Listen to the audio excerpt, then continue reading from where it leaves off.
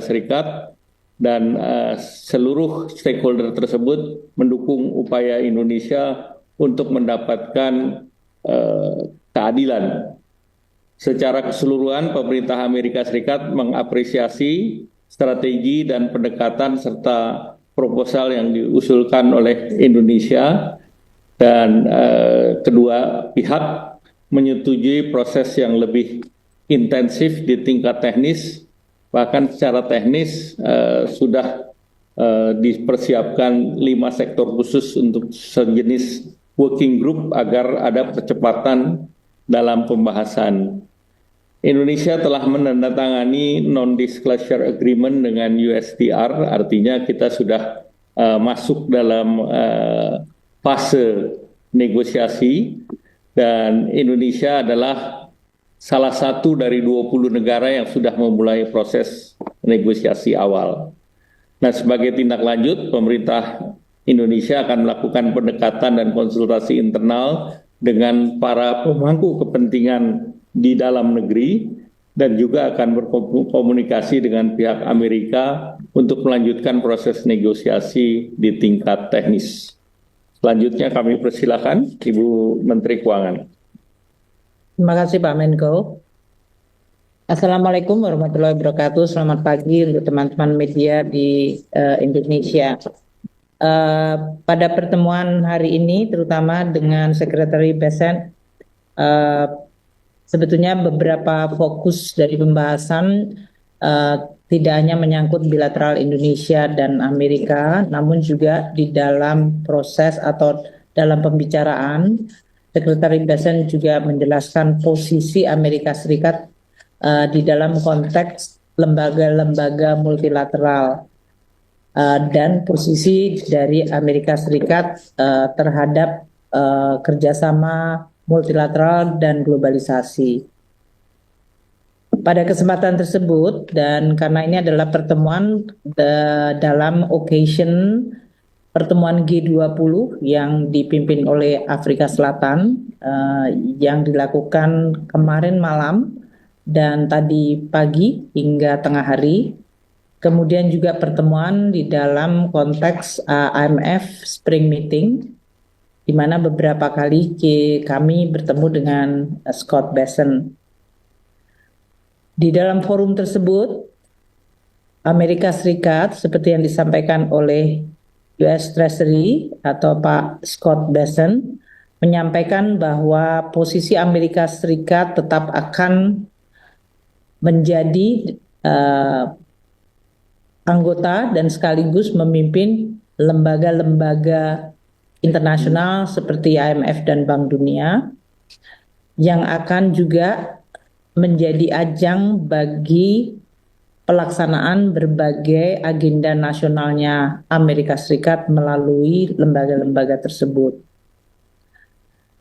Kita dalam hal ini tentu perlu untuk terus melihat bagaimana peranan dari Amerika Serikat di dalam lembaga-lembaga internasional termasuk reformasi dari WTO yang sekarang menjadi fokus dari berbagai macam kebijakan yang dilaksanakan oleh Amerika Serikat terhadap partner dagangnya, yaitu termasuk melakukan reciprocal tarif.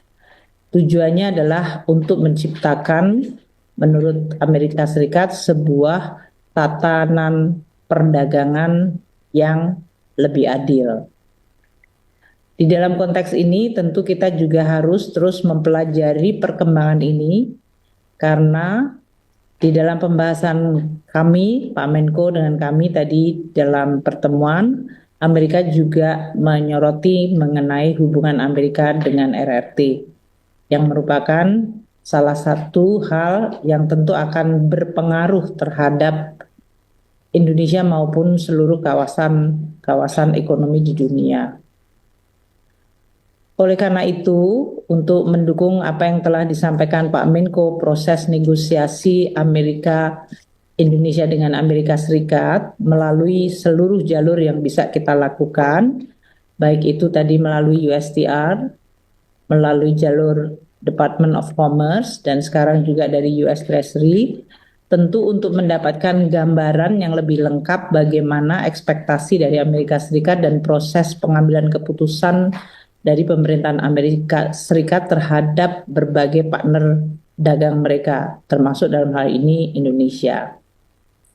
Dalam kesempatan ini pun, saya karena ini adalah dalam rangka juga pertemuan G20 dan Spring Meeting, melakukan perbandingan catatan atau compare notes dengan beberapa menteri keuangan untuk menanyakan bagaimana negara masing-masing melakukan engagement dengan Amerika Serikat. Ini tentu tujuannya adalah supaya pada akhirnya akan ada sebuah solusi yang bisa bersifat menyeluruh sehingga akan menimbulkan kepastian dunia, karena ketidakpastian dunia akan dan telah menyebabkan proyeksi perekonomian global yang melemah, dan itu tentu akan merugikan seluruh negara di dunia.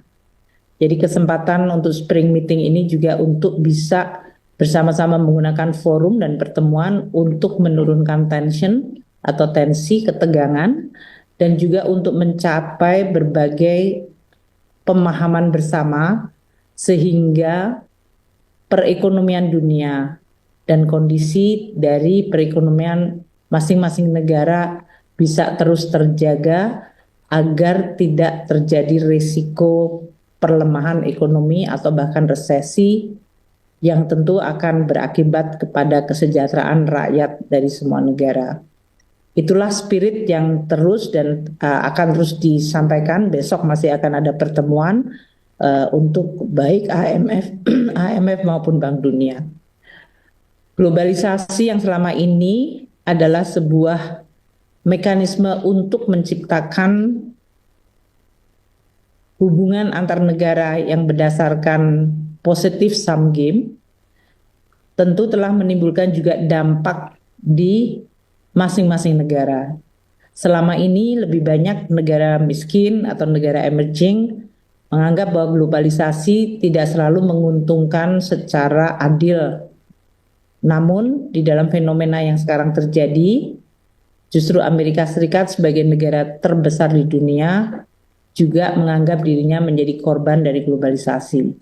Ini memberikan suatu tekad bersama di dalam pembahasan G20 bahwa rezim dari perdagangan global dan perdagangan internasional perlu untuk dilakukan reformasi. Dan inilah agenda yang akan terus dibahas di dalam forum-forum internasional. Mungkin itu yang bisa kami sampaikan sebagai tambahan Pak Menko, bahwa konteks antara bilateral Indonesia dan Amerika, dan Indonesia seperti yang disampaikan Pak Menko mendapatkan apresiasi atas respons untuk berdialog dan untuk melakukan negosiasi. Kedua yang dihargai adalah proposal Indonesia yang disampaikan oleh Pak Menko Perekonomian Pak Erlangga, termasuk proposal yang paling lengkap dan detail yang menggambarkan suatu kerjasama yang saling menguntungkan. Dan yang ketiga, apa yang dilakukan Indonesia sesuai dengan arahan Presiden Prabowo untuk melakukan reformasi dan deregulasi itu adalah untuk kepentingan Indonesia sendiri, namun sekaligus bisa memecahkan masalah baik masalah bilateral maupun masalah global. Jadi ini adalah sebuah pengakuan dari Amerika Serikat terhadap langkah-langkah yang dilakukan oleh Indonesia, dan dengan bekal komunikasi awal yang tadi kan Indonesia among the first timer, the first mover, itu dianggap akan memberikan advantage atau keuntungan dalam posisi Indonesia di dalam proses perundingan ini. Feedback yang positif ini tentu akan dijadikan bekal bagi kita untuk terus melakukan pembahasan di level teknis, dengan tentu pada akhirnya diharapkan akan terjadi sebuah agreement, solusi yang bisa bermanfaat bagi perekonomian Indonesia maupun bagi perekonomian regional dan dunia. Demikian Pak Menko yang bisa kami sampaikan. Terima kasih Ibu Menteri Keuangan. Silakan Pak Haryo. Baik, terima kasih Pak Menko, Bu Menteri Keuangan. Menurut izin kami highlight sedikit yang disampaikan para narasumber. Yang pertama bahwa selama berada di Amerika Serikat, tim delegasi telah melakukan beberapa pertemuan termasuk dengan pemerintah, asosiasi, dan dunia usaha. Kemudian pemerintah Amerika Serikat mengapresiasi pendekatan dan proposal pemerintah Indonesia dan menindaklanjuti dalam negosiasi yang bersifat teknis dengan dibentuknya 5 working group. Kemudian Indonesia dan USTR juga sudah menandatangani beberapa MOU yang menandakan bahwa masuknya kepada fase negosiasi menjadi yang awal 1 dari 20 negara yang awal. Dan selanjutnya tawaran dan permintaan Indonesia kepada pihak Amerika Serikat dengan 5 manfaat sepenuhnya mengacu kepada kepentingan nasional negara Republik Indonesia dan dirancang secara berimbang. Tindak lanjutnya, yang pertama akan dilakukan konsultasi internal di dalam negeri dan kemudian terus berkomunikasi dengan pihak Amerika Serikat. Kemudian mohon izin dari Ibu Menteri Keuangan bahwa telah dilakukan pertemuan bersama Pak Menko juga dengan Secretary of Treasury. Kemudian dalam konteks yang sama juga dalam keperluan G20 dan IMF Spring Meeting. Jadi ketiga pertemuan tersebut untuk mengetahui posisi Amerika Serikat dalam konteks lembaga-lembaga multilateral, dan tadi sudah dijelaskan bahwa Amerika Serikat tetap akan menjadi anggota. Kemudian juga dijelaskan oleh Bu Menteri Keuangan bahwa diperlukan reformasi WTO sendiri dengan adanya kebijakan resiprokal tarif untuk mendapatkan tatanan perdagangan yang lebih adil. Semua jalur sudah ditempuh dan tadi disampaikan juga bahwa proposal yang disampaikan oleh Indonesia, Pak Menko Perekonomian, mendapat respon yang sangat positif karena baik menyangkut kepentingan bilateral dan juga kepentingan global. Mohon izin, demikian highlight yang dapat kami sampaikan. Izin Pak Menko, apakah kita bisa berlanjut ke sesi kedua, tanya jawab? Silakan. Terima kasih Pak.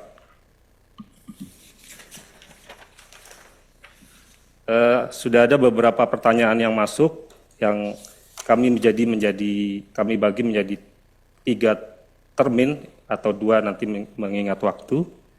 Yang pertama dari Ayos Carlos dari iNews. Ada 3 pertanyaan akan saya sampaikan secara singkat. Yang pertama adalah terkait pelayanan QRIS hingga kondisi Mangga 2 yang dituding sebagai tempat barang bajakan.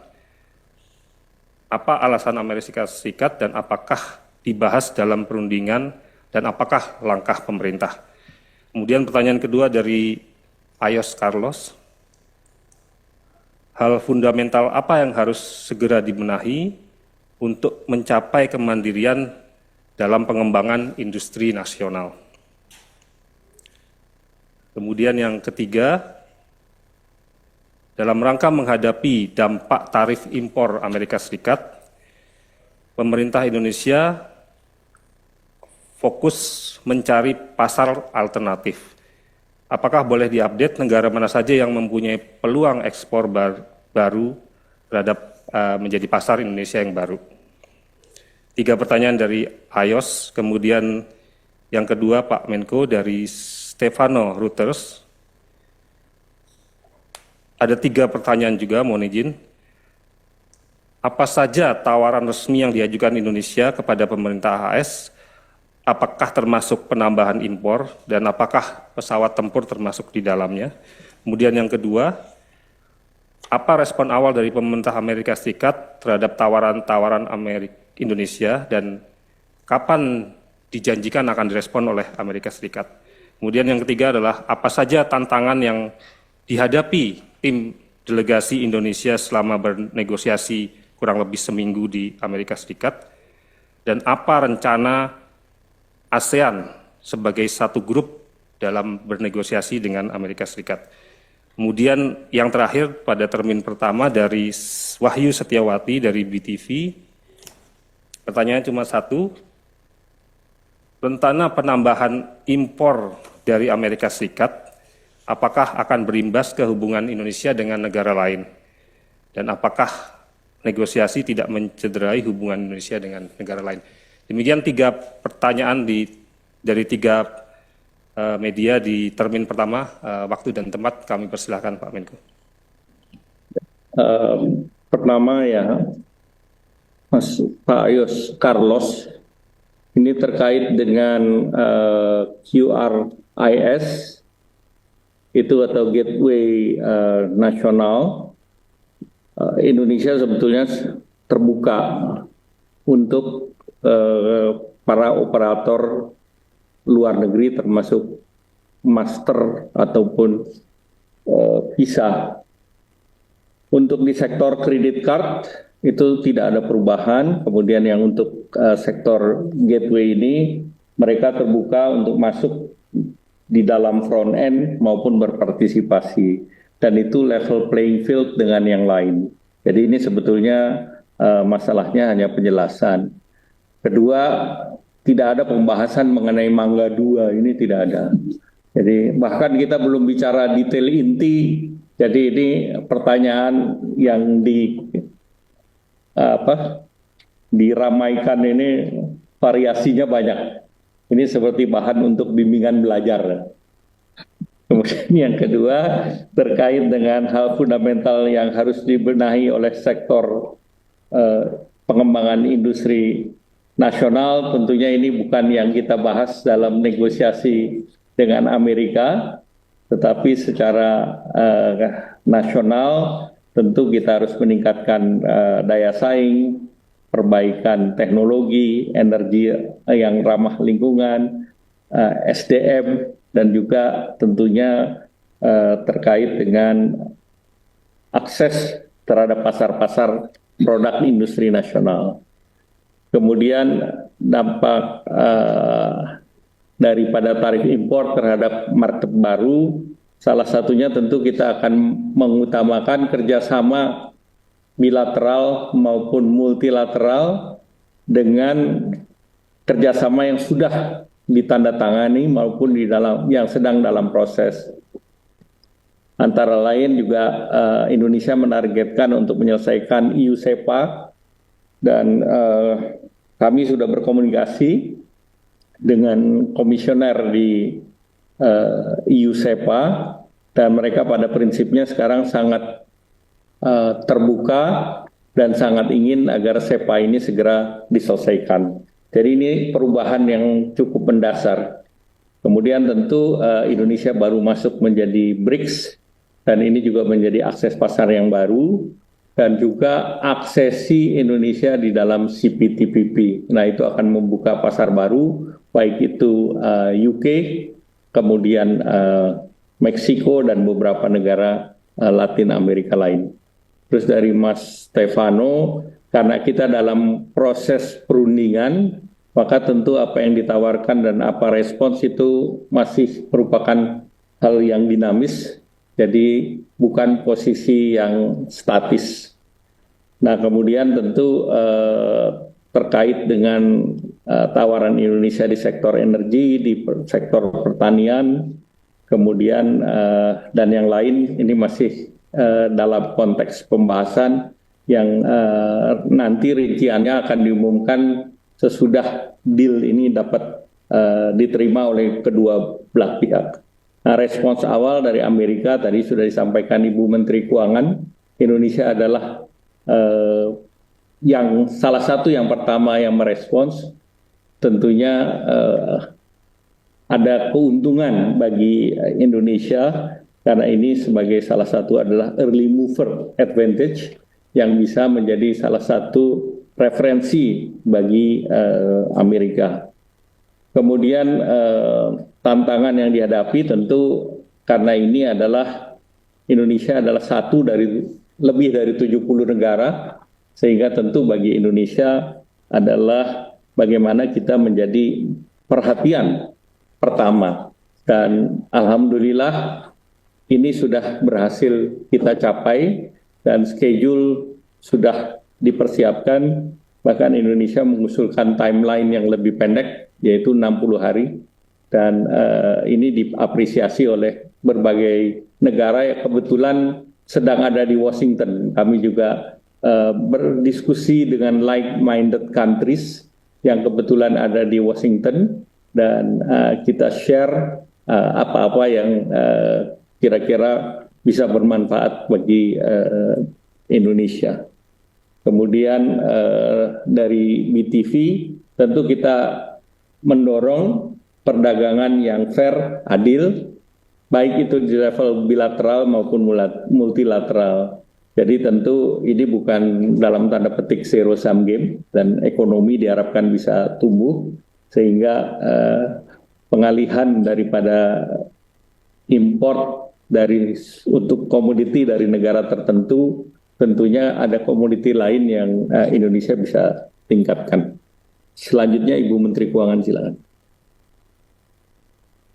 Pak Menko sudah menjelaskan dari sisi pendekatan disampaikan tadi oleh Sekretari Bessent, memang Amerika melakukan perundingan secara bilateral. Jadi dalam hal ini tidak dilakukan dalam bentuk grup negara. Namun itu tidak berarti bahwa Indonesia dan tentu saja dalam hal ini kita dengan ASEAN tidak bisa bertukar informasi untuk bisa melihat apa potensi-potensi kerjasama baik di dalam proses perundingan ini maupun di dalam konteks apa yang bisa dilakukan untuk memitigasi risiko dan berbagai kemungkinan.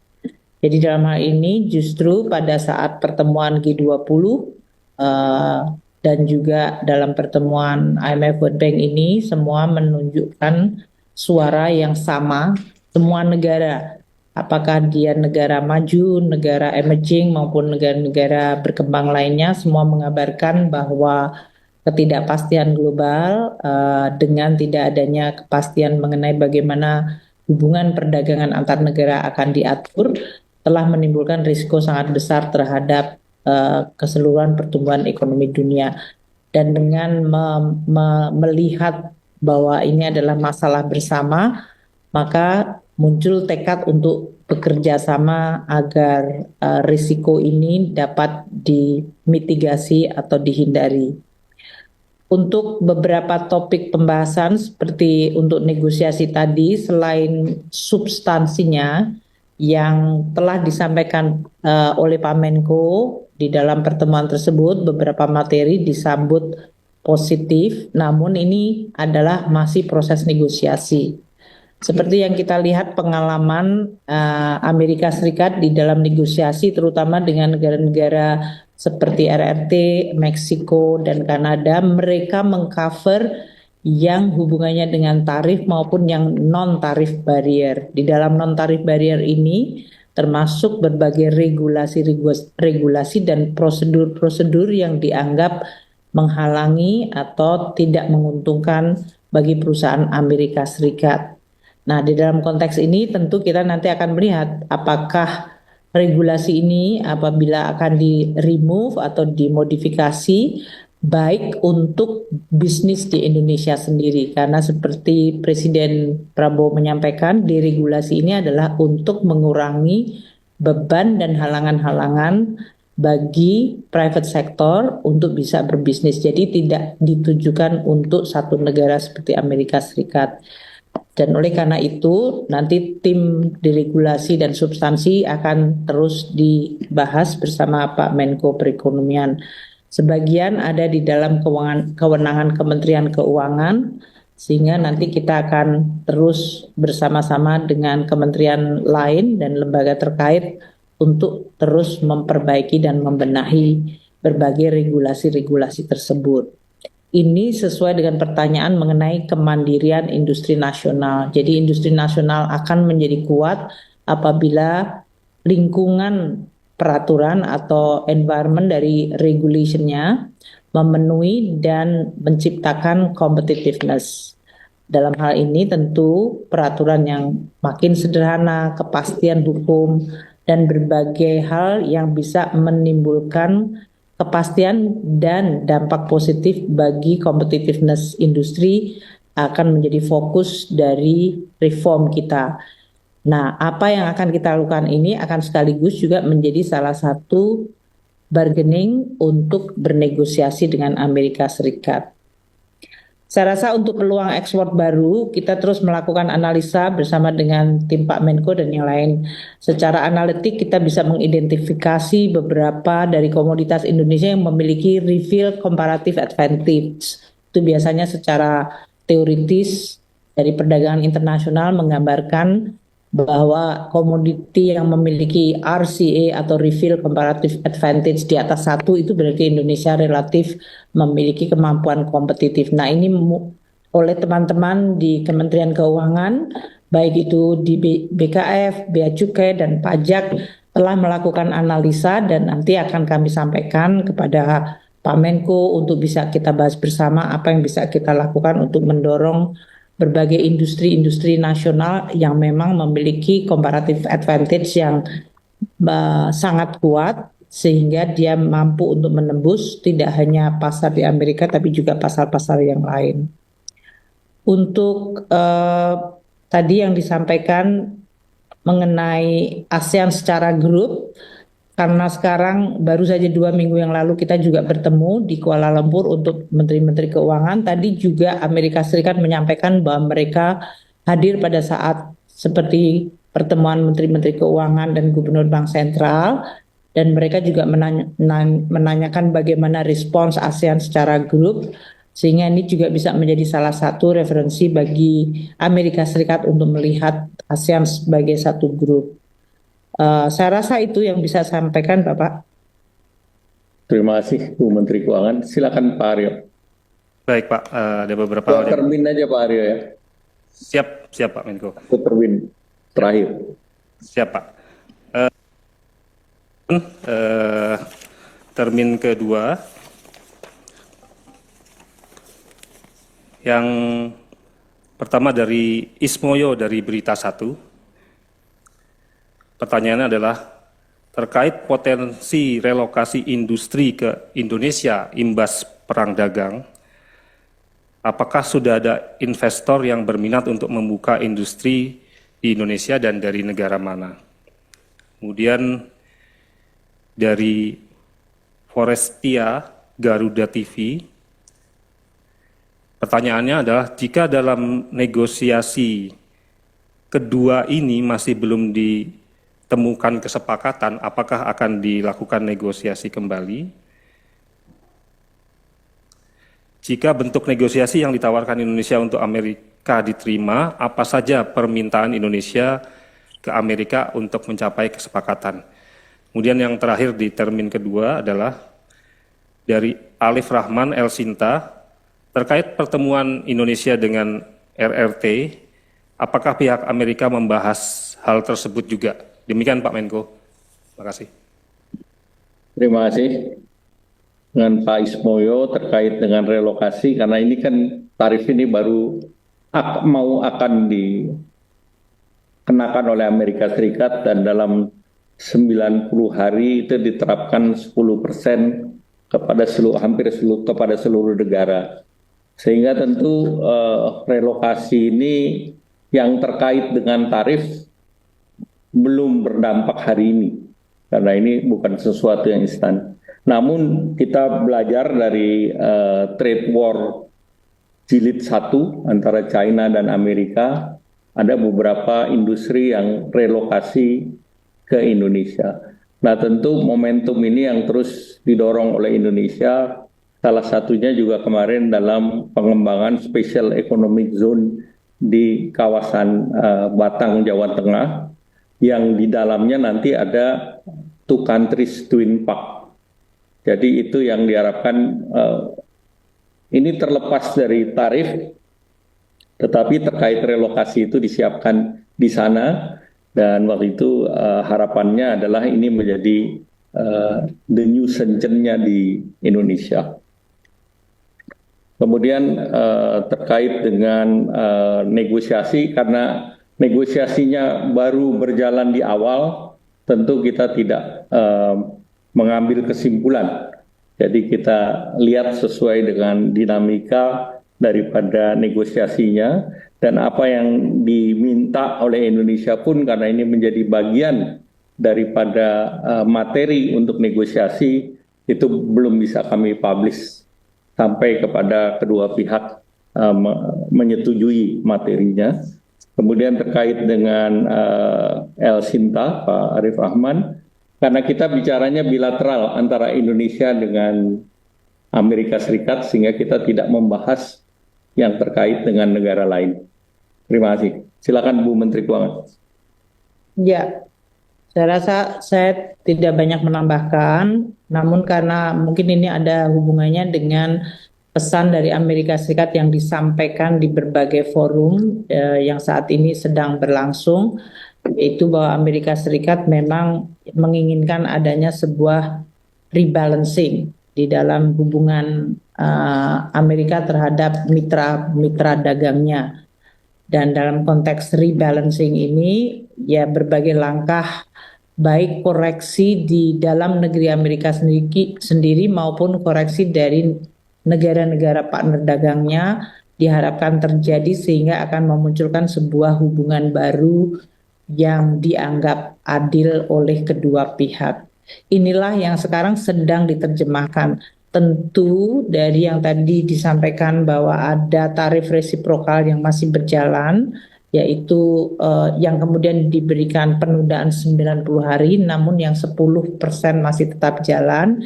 Ini juga mempengaruhi beberapa indikator ekonomi yang sekarang ini mulai terlihat, katakanlah seperti jumlah pengiriman barang antar negara menjadi menurun, dan juga dari sisi dampaknya nanti terhadap outlook pertumbuhan. Ini yang mungkin perlu untuk tentu diantisipasi oleh policy maker. Saya yakin ini juga akan berpengaruh terhadap semua negara di dunia. Dari pembahasan dengan Sekretari Bessent tadi, memang disebutkan bahwa rebalancing proses ini akan membutuhkan waktu hingga 2 hingga 3 tahun. Tapi itu tergantung negara mana yang akan dan sedang akan dinegosiasikan dengan Amerika Serikat.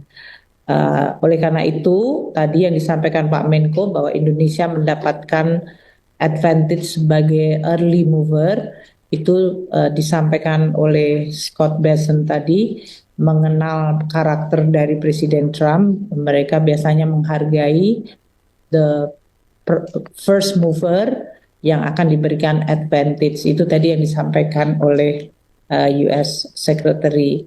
Tapi artinya pesannya adalah memang keputusan pada akhirnya ada di Presiden Donald Trump, dan oleh karena itu seluruh jalur yang dilakukan untuk kita berkomunikasi dan juga untuk menyampaikan berbagai proposal yang saling menguntungkan Indonesia dan Amerika menjadi sangat penting.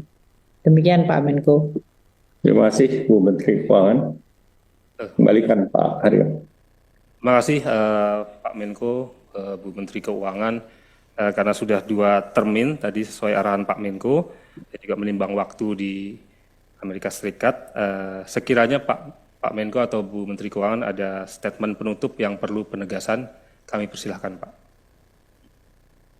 Ya, pertama tentu kita harus berhati-hati karena outlook pertumbuhan ekonomi dunia mengalami penurunan dan perdagangan juga volumenya juga akan terkena penurunan.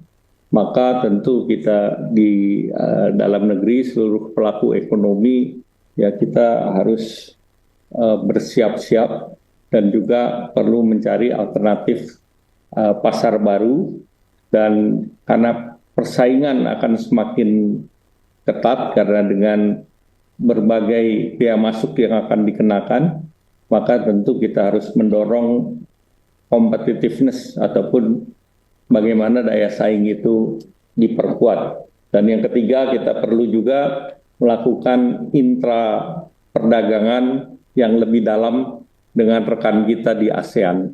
Dan itu menjadi kesepakatan dalam pertemuan dengan menteri-menteri perekonomian ataupun perdagangan di ASEAN. Dan ini juga menjadi target kita karena memang negara-negara berkembang dan negara-negara di blok regional itu menjadi salah satu shock breaker untuk mengerem ketidakpastian gejolak ke depan. Bu Menteri Keuangan silakan. Ya Bapak, tadi yang disampaikan kita terus harus mewaspadai berbagai dampak dari proses ini yang disampaikan tadi, bahkan dengan pos 3 bulan saja tentu juga sudah akan memberikan dampak. Jadi dalam hal ini Indonesia harus terus menyiapkan berbagai instrumen policy untuk bisa memitigasi dampak dari kebijakan yang mempengaruhi perekonomian dan perdagangan seluruh dunia ini. Ini satu hal, dan kalau dari Kementerian Keuangan tentu kita akan lihat dari instrumen fiskal apa yang bisa kita terus gunakan di dalam space kebijakan fiskal yang ada agar tetap bisa meminimalkan dampak dan risiko bagi dunia usaha maupun bagi masyarakat. Di sisi lain, karena ini akan mempengaruhi seluruh tatanan perdagangan dunia, Indonesia juga harus mengantisipasi tatanan perdagangan dunia baru seperti apa, dan untuk bisa menjaga kepentingan nasional, tapi pada saat yang bersamaan melakukan kerjasama. Ini sesuai dengan yang disampaikan oleh Presiden Prabowo bahwa Indonesia harus menjalankan amanat konstitusi, menjaga ketertiban dunia berdasarkan perdamaian abadi, keadilan sosial. Dan dalam konteks inilah langkah-langkah yang dilakukan oleh kami yang sesuai dengan instruksi Presiden untuk bisa terus menjalin kerjasama dan ketertiban dunia, karena itu akan memberikan dampak yang positif bagi seluruh negara. Nah, untuk itu kami tentu akan terus melakukan komunikasi koordinasi dengan Pak Menko dan seluruh KL lain, dan juga komunikasi dengan stakeholder agar kita mampu untuk terus menjaga dalam situasi seperti ini kebersamaan dan persatuan menjadi sangat penting, sehingga nanti diskusi dengan dunia usaha seperti yang tadi disampaikan Pak Menko akan terus kita lakukan. Demikian kita tentu akan terus mengawal proses ini sehingga bisa memberikan hasil terbaik bagi Indonesia. Terima kasih. Terima kasih Bu Menteri Keuangan. Terima kasih teman-teman media cetak, media elektronik. Kembalikan Pak Haryo. Terima kasih Pak Menko, Ibu Menteri Keuangan. Sebagai penutup tadi disampaikan bahwa kondisi saat ini akan berdampak kepada ekonomi dunia dan perdagangan dunia, sehingga para pelaku ekonomi, khususnya di Indonesia, dimohon untuk meningkatkan daya saing competitiveness dan juga mencari alternatif pasar, dan kita akan berkolaborasi dengan di dalam ASEAN. Kemudian juga tadi Bu Menteri Keuangan menambahkan bahwa instrumen fiskal sebagai upaya untuk meminimalkan dampak, dan juga kita harus antisipasi dengan adanya tatanan dunia perdagangan yang baru. Demikian kami ucapkan terima kasih kepada para narasumber, Bapak Menko Perekonomian, Bapak Erlangga Hartarto, dan Ibu Menteri Keuangan, Ibu Sri Mulyani Indrawati. Mudah-mudahan apa yang disampaikan dan juga yang dijawab dalam sesi tanya-jawab bisa memberikan manfaat buat kita semua. Kami tutup, sampai jumpa kembali dalam preskon selanjutnya. Billahi taufiq wal hidayah. Wassalamualaikum warahmatullahi wabarakatuh. Terima kasih Pak Menko. Waalaikumsalam.